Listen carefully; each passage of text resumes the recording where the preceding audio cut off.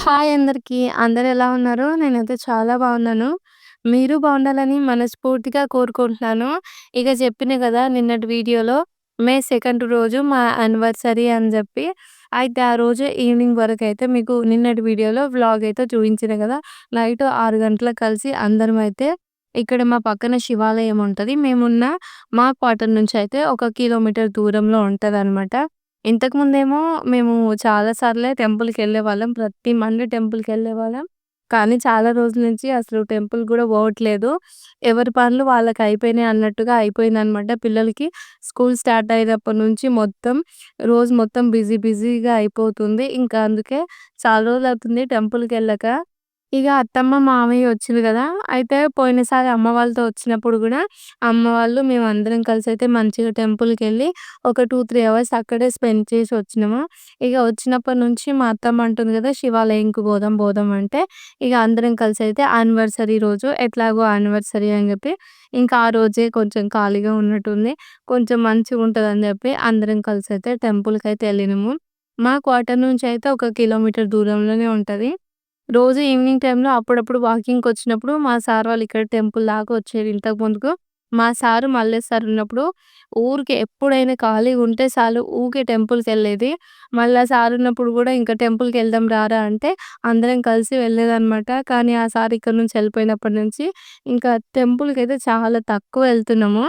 ఇగ ఈ రోజైతే మళ్ళా శివాలయం కొనైకెళ్ళాను. చెప్తుర్రు గదా!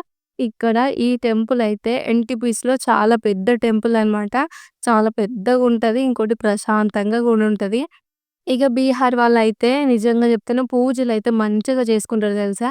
మన లెక్క పోయినామా, స్నానం చేసుకున్నామా, తర్వాత ఇల్లు క్లీన్ చేసుకున్నామా, పోయి ధనాధనొచ్చి దీపం ముట్టించుకొని, దండం పెట్టుకొని వచ్చినామా అన్నట్టు ఉంటది గానీ, ఈ బీహార్ వాళ్ళైతే పూజ కోసం గంట, 2 గంటలు కేటాయిస్తారు తెలుసా ఆళ్ళింట్ల. పొద్దున దీపం ముట్టించేటప్పుడు ఇలా కొన్ని పాటలు పాడతారు. తర్వాత మంగళహారతి పాడతారు. దీపం ముట్టిస్తారు. అన్ని పనులు జేసుకుంటారు గానీ, అసలు వాళ్ళైతే డిస్టర్బే గారు. ఇప్పుడు మనది ఎట్లుంటది, ఇప్పుడు మనం దీపం ముట్టిస్తున్నప్పుడు పాలయనొచ్చిందనుకో, ఫాస్ట్‌గా దనాదన వచ్చేసి, ఆ పాలు తీసుకొని మళ్ళా కిచెన్‌లోకి పోయి లోపల పెట్టి, మళ్ళొచ్చి పూజ కంటిన్యూ జేస్తాం. మళ్ళా పూజ చేస్తున్నప్పుడు ఎవరో ఒకరు మాట్లాడిననుకో, ఆళ్ళతోని మాట్లాడుకుంటూనే హడావిడిగా పూజ అయితే చేస్తాం గదా! ఇది అట్లా గాదు. ఎవ్వరొచ్చినా సరే వాళ్ళు పూజ జేస్తున్నప్పుడు, ఆ పూజ మించలైతే లేవనే లేవరు. మంచిగా జేస్తారు. మా ఇంటి ముంగడ ఆంటీ అయితే గంటన్నర సేపు పూజ చేస్తది. ఎన్నెన్నో పాటలు పాడుతది తెలుసా! రోజు మంచిగా అనిపిస్తదనమాట. ఇన్ని పాటలు ఎట్లొస్తాయి ఈళ్ళకు అసలు భజనలాగా జేస్తారు. మొత్తం ఆ పూజ చేసేటప్పుడు పరవశం అయిపోతారనమాట వాళ్ళు. ఇగ నాకైతే మా ఆంటీ చేసే పూజ చాలా ఇష్టము. ఆమె పూజ చేసుకునేటప్పుడు పాడే పాటలుంటాయి గదా! నాకు వినాలని ఇష్టమనమాట. ఇగ ఆంటీ ఏమో డోర్ పెట్టుకుంటది గదా! ఎప్పుడైనా ఒకసారి పొద్దున్న టైంలో ఇట్లా పూజ చేస్తుంటే నేను ఖాళీగున్నాననుకో, కావాలనే పోయి ఆంటీ వాళ్ళ గేట్ దగ్గర కూర్చొని ఆంటీ పాడే పాటలు మంచిగా ఇంటా అనమాట. ఒక మంచి హ్యాపీనెస్ చేస్తది ఆ ఆంటీ పాటలు వినడం వల్ల. గట్లయితే ఆంటీ అయితే పూజ చేస్తది. ఇగ మేమైతే టెంపుల్‌కొచ్చినాం అని చెప్పినాం గదా! ఈడికొచ్చిన తర్వాత టెంపుల్ అనేది చాలా పెద్దగుంటది. ఫస్ట్ అయితే ఒకటి పెద్దది గంట ఉంటదనమాట. ఆ గంట కొట్టిన తర్వాత ఇట్లా వస్తుంటే శివాలయం ముందే పెద్ద నంది అయితే పెట్టిర్రు గదా! ఇందాక జూషిండ్రు గదా! తర్వాతొచ్చేసి ఇక్కడ శివలింగాన్ని మంచిగా అయితే అలంకరించిర్రు. జిల్లేడు కొమ్మలతోని, జిల్లేడు పువ్వులు, మారేడాకులు అన్నిటితో అయితే శివుని ముద్దుగా అయితే అలంకరించిర్రు గదా! ఇప్పుడైతే తల్లి మాత టెంపుల్‌కైతే ఎళ్తున్నాము. అంటే అక్కడి నుంచి కొంచెం దూరం అనమాట. ఈ టెంపుల్ గూడా చాలా నీట్‌గా జేస్తారు. ఇక్కడ ఒక పూజారి వాళ్ళ ఫ్యామిలీలో ముగ్గురుంటారనమాట. వాళ్ళే ఈ టెంపుల్‌ని నీట్‌గా జేయడం జేస్తారు. కడగడానికి, తుడవడానికి వేరే ఉంటారనమాట. సర్వెంట్ వాళ్ళుంటారు. వాళ్ళు చేస్తారు. ఇగ దేవుళ్ళని అలంకరించడం, తర్వాత వస్త్రాలు మార్చడం అనేది అక్కడున్న వాళ్ళైతే జేస్తారు. ఇదొచ్చేసి ఎన్‌టీపీసీ టెంపుల్ గాబట్టి ఇలా ఉండే పూజారుల వాళ్ళకైతే నెలకింత జీతం అనేది ఉంటది. తర్వాత టెంపుల్‌లో వచ్చిన దక్షిణ అదన్నీ ఉంటది గదా! వాళ్ళే తీసుకోవచ్చు. ఎన్‌టీపీసీ వాళ్ళు వాళ్ళకు ఫుడ్ గూడా ఇస్తారనమాట. ఇగ పార్వతీమాత టెంపుల్‌ని దర్శనం చేసుకున్న తర్వాత, మళ్ళీ ఇంకో అమ్మవారి దర్శనానికైతే వస్తున్నాము. ఇక్కడ మొన్న అయోధ్యలో రాముడిని ప్రతిష్ఠించిన తర్వాత ఇక్కడ సీతారామ విగ్రహాలని పెట్టి గుడైతే కట్టిండ్రు. ఇక ఇప్పుడైతే మాత గాయత్రి దగ్గరకైతే వచ్చినాము. వచ్చి దర్శించుకున్న తర్వాత గాయత్రి మాతకు ఆపోజిట్‌లోనేమో ఒక వైపేమో రాధాకృష్ణని పెట్టిర్రు. ఇంకో వైపు వచ్చేసేమో లక్ష్మీనారాయణ్‌నయితే పెట్టిండ్రు.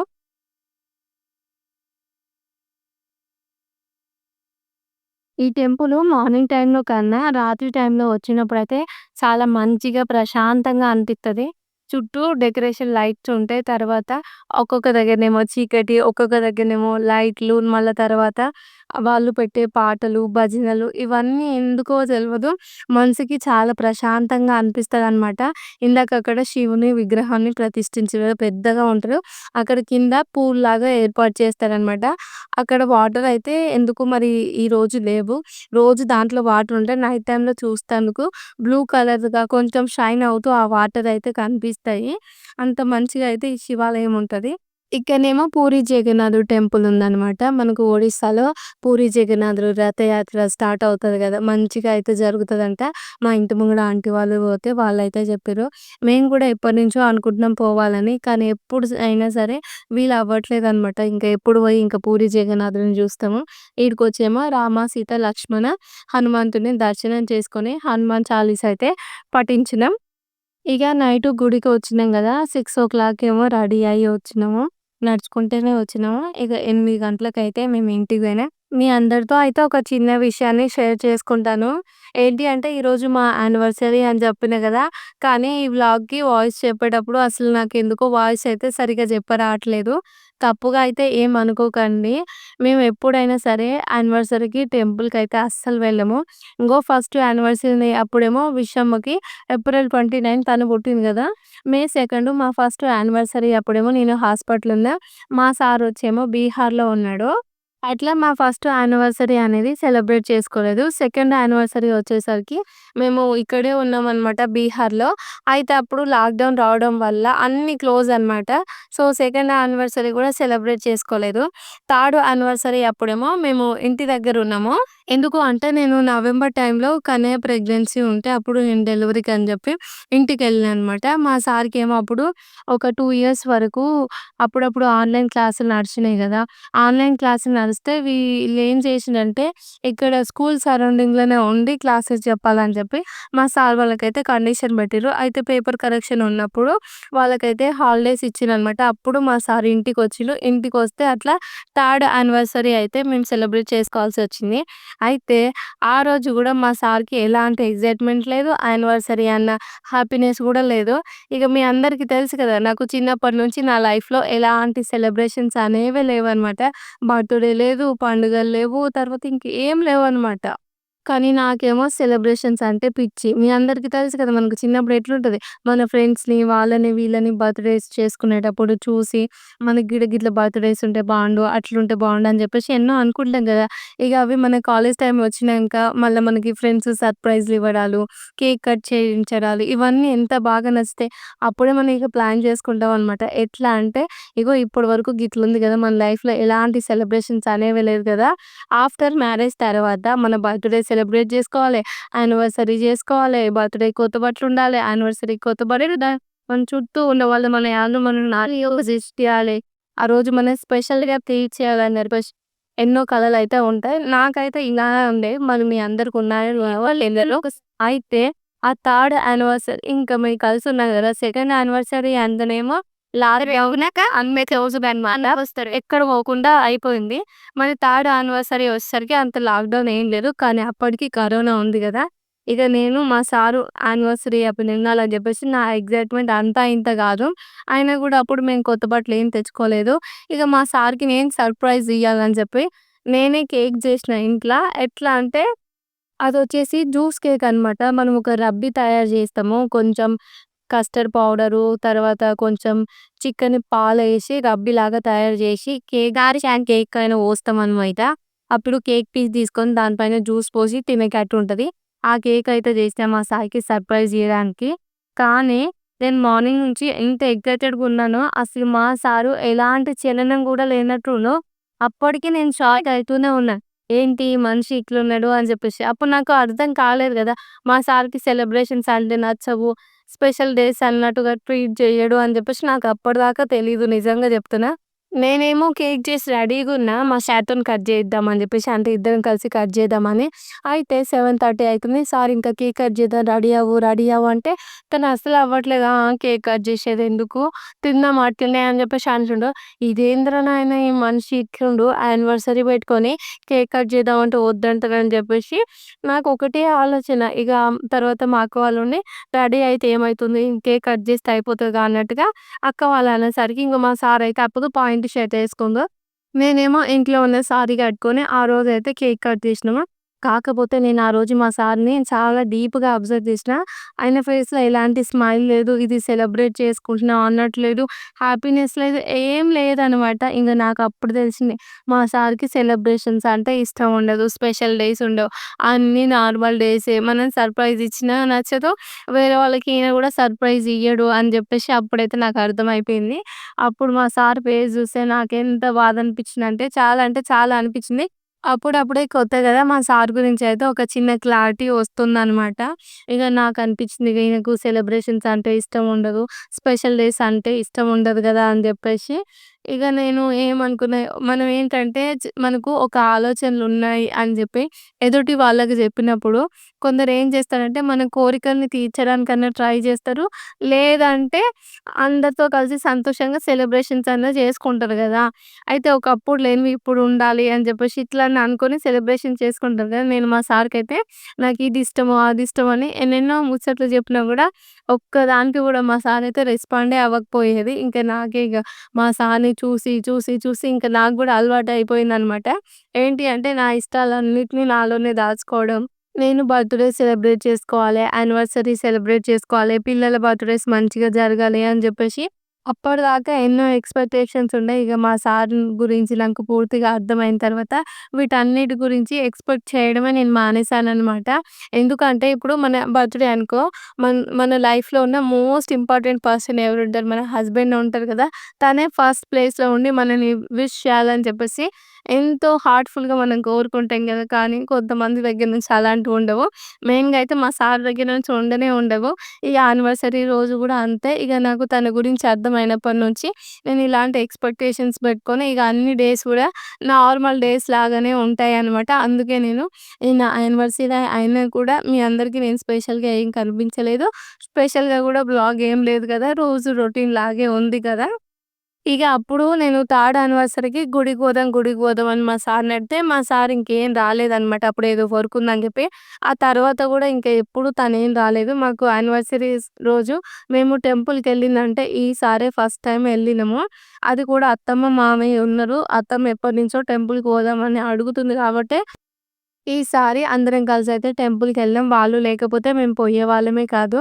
అయితే నేను మా సార్ దగ్గర నుంచి ఇలాంటివి ఎక్స్‌పెక్ట్ చేయడం నేను ఆపేసాననమాట. ఎందుకు అంటే ఇప్పుడు మనం ఏదైనా ఎక్స్‌పెక్ట్ చేస్తే మన కోరికలు వాళ్ళకి చెప్తే వాళ్ళు వాటిని విన్న తర్వాత మన ఇష్టాలని తెలుసుకొని చేసేటట్టుగా ఉండాలి. లేదు అంటే మనం గిది ఇష్టము అని చెప్పినంక మనని వాటికి కొంచెం దగ్గరగా ఉండేటట్టుగా అయినా చూడాలి కదా! ఇగ ఈ 2 లేనప్పుడు మా సారేమో ప్రాక్టికల్ మనిషి అని నాకర్థమైంది కాబట్టి, నేనైతే తన నుంచి ఎలాంటి ఎక్స్‌పెక్టేషన్స్ పెట్టుకోను. కానీ నాకైతే చాలా అంటే చాలా బాధగా ఉంటది. ఇప్పుడు చెప్పాలంటే ఏ వైఫ్ అయినా సరే తన హస్బెండ్ నుంచి లవ్ అనేది ఖచ్చితంగా ఎక్స్‌పెక్ట్ చేస్తది. వాళ్ళు కూడా ఎక్స్‌ప్రెస్ చేయాలి. ఎవరికైనా సరే ఇప్పుడు ఒక ఇద్దరు వ్యక్తులు కలిసి లైఫ్‌ని లీడ్ చేస్తున్నప్పుడు వాళ్ళిద్దరు ఎట్లుండాలి ఫస్టు హస్బెండ్‌కి ఎట్లుంటదో నాకు తెలీదు. కానీ ఒక వైఫ్‌గా ఎట్లుంటదంటే తనకి ఇప్పుడు తను వేసుకున్న డ్రెస్సులన్నీ వాళ్ళ హస్బెండ్‌కి నచ్చినయే ఉండాలని జెప్పి, ఇగో నీకు ఈ డ్రెస్ బావుంది. లేకపోతే నీకు ఈ డ్రెస్ బాలేదు. ఈ కలర్ నీకు బావుందని జెప్పి మనం తినలేదనుకో, ఎందుకు తినలే? ఏంటి? అని జెప్పేసి తర్వాత హెల్త్ బాలేదనుకో, లేకపోతే హెల్త్ మంచిగా లేదా? ఎట్లుంది? మనం డల్‌గా ఉన్నప్పుడు, మనం మంచిగా హ్యాపీగా ఉన్నప్పుడు రీజన్స్ అడిగి, మళ్ళా వాళ్ళకున్న బాధలు గానీ, ఇష్టాలు గానీ, కష్టాలు గానీ మనతో షేర్ చేసుకోవాలని ఇప్పుడు నాకెట్లా అనిపిస్తదంటే 24 గంటలు నేను మా సార్‌తోని నవ్వుతూ మాట్లాడాలని జెప్పేసి, ఆయన పక్కన కూర్చొని చేతి పట్టుకొని ఎన్నో ముచ్చట్లు జెప్పాలని జెప్పి నాకెప్పటినుంచో డ్రీమ్ అనమాట. ఇగ మా సార్ ఏం జేస్తారంటే, ఇగ ఒకసారి మాట్లాడతారు. ఎప్పుడో ఒకసారి వర్షం పడ్డట్టు ఒక నిమిషం పాటు నవ్వుకుంటా మాట్లాడతారు. మళ్ళా తర్వాత ఇంక ఏముండదనమాట. నేనేమో తన దగ్గర నుంచి ఎన్నో ఎక్స్‌పెక్ట్ చేస్తాను. ఇంకా అవన్నీ కావు అని తెలిసినంక ఖచ్చితంగా బాధ అయితది ఎవరికైనా. ఇగ నేనేమనుకుంటా అంటే, నా లైఫ్‌లో ఎలాంటి సెలబ్రేషన్స్ లేకున్నా సరే, నా పిల్లలకి సెలబ్రేషన్స్ అయితుంటే దాంట్లోనైనా మా సార్ యాక్టివ్‌గా ఉండాలనుకుంటా. దాంట్లో గూడా తనేం యాక్టివ్‌గా ఉండడు. ఇంకా నేనే జేస్తుంటా గదా! అదొకటి, ఇదొకటి హడావిడి జేస్తుంటే సైలెంట్‌గా ఉంటారనమాట. ఒక మనిషి సైలెంట్‌గా ఉండడము ఆపోజిట్ మనిషికైతే అది చాలా ఒక పెద్ద శిక్షలాగా ఫీల్ అయితారు. నేనైతే అలాగే ఫీల్ అవుతాను. ఎందుకు అంటే నేను డైరెక్ట్‌గా డిగ్రీ ఇన్‌కంప్లీట్ అప్పుడు నేను హాస్టల్‌లో ఉండేదాన్ని. మ్యారేజ్ అయిన తర్వాత ఇక్కడికొచ్చిన. బీహార్‌కొచ్చిన తర్వాత నా ప్రపంచం మొత్తం శూన్యమైపోయింది. అప్పుడు నేను డిగ్రీలో ఉన్నప్పుడు ఎంత మాట్లాడేదో తెలుసా? నా ఫ్రెండ్స్ అందరూ ఊకే నా మాటలిని ఒకటే నవ్వేవాళ్ళనమాట. ఇక బీహార్‌కొచ్చిన తర్వాత రోజు రోజుకి ఇంక మాట్లాడడం మస్తు తగ్గిపోయింది. ఇక ఇక్కడనేమో తెలుగోళ్ళు ఎవ్వరు ఉండరు గదా! ఇగ అటో ఇటో ఇంగ అందరూ ప్రెజెంట్ అయితే అందరూ దూరమైండ్రు. ఒక్కరోజు నేను బాధగా ఉన్నా అడిగేవాళ్ళు ఎవరు ఉండరు నా లైఫ్‌లో. అమ్మ, నాన్న కూడా అంతే. ఇగ అమ్మ, నాన్న ఫోను జేసినప్పుడేమో పిల్లలు ఎట్లుర్రు, తిన్నారా ఇదే మాట్లాడతారు. ఇగ మా అక్కలంటారా నెలకి ఎప్పుడో ఒకసారి ఫోను జేస్తారు. ఇక తర్వాత నేను ఫ్రెండ్స్‌తో గూడా అంతేమి ఎక్కువ మాట్లాడను. ఎందుకంటే ఏం మాట్లాడినా గూడా నాకు కొంచెం హ్యాపీగా అనిపియదనమాట. జస్ట్ మాట్లాడినామా, పెట్టేసినామా అన్నట్టుగా ఉంటది కానీ, నేను ఎవరితో మాట్లాడినా గూడా హ్యాపీగా మాట్లాడుతున్నట్టు నాకు ఎక్కడ అనిపియదు. ఎందుకు కూడా నాకు అర్థం కాదనమాట. దానికి రీజన్ ఏంటి అని జెప్పేసి. ఎప్పుడు మనసు ఏదో ఒక బాధతో కొట్టుకుంటూనే ఉంటది. రీజన్ లేకుండానే ఏడుపొస్తది. గట్టి గట్టిగా అరవాలనిపిస్తది, ఏడవాలనిపిస్తది. ఇంకెన్నెన్నో అనిపిస్తదనమాట. అయినా కూడా ప్రతి ఒక్కదానికి ఒక రీజన్ అనేది ఉండాలి కాబట్టి నేనేం చేస్తా అంటే, రోజు నా పనులు నేను చేసుకొని, ఇంకా వీలైనంత ఎక్కువ టైము నేను నా పిల్లలతో స్పెండ్ చేస్తాను. వాళ్ళు నాతో మాట్లాడే మాటలు, నాతోని మా కన్నయ్య చెప్పే ముచ్చట్లు, చూయించే కేరింగు ఇవన్నీ నాకు హ్యాపీగా అనిపిస్తాయి. ఇంకా అంతకు మించి ఇంకా నా లైఫ్‌లో ఏముండవనమాట. కానీ నేనైతే తప్పైనా, ఒప్పైనా సరే నేను మా సార్ దగ్గర నుంచి చాలా ఎక్స్‌పెక్ట్ చేస్తాను. తనెప్పుడు నాతో నవ్వుతూ మాట్లాడాలని జెప్పేసి, తర్వాత ఒకవేళ నేను అన్నం తినకపోతే ఎందుకు తినలేదని జెప్పి, ఎన్నో ఇష్టం, కష్టం అన్నీ చెప్పుకోవాలని జెప్పి అనిపిస్తదనమాట. కానీ నాకు మా సార్ ఎప్పుడు ఆ ఛాన్స్ ఏమి ఇవ్వరు. తనేం చేస్తాడంటే 24 గంటలు తన వర్క్ తను చేసుకుంటారు. తర్వాతొచ్చేసి ఇంకా కూసుంటరు, టీవీ జూస్తరు, ఫోను జూస్తరు, నిద్రబోతరు. ఇగ గిట్లుంటదనమాట. నాకేమో ఒక పర్సన్‌తోని మనస్ఫూర్తిగా మాట్లాడాలి. మన పర్సన్ గదా! తనతోనే గదా మనం బాధొచ్చినా, కష్టమొచ్చినా, నవ్వొచ్చినా చెప్పాలని జెప్పేసి అనుకుంటాము. కానీ అట్లేమి ఉండదనమాట. మొత్తం నార్మల్‌గా ఉండేసరికి నాకది నేను తట్టుకోలేకపోతాను మా సార్ దగ్గర నుంచి.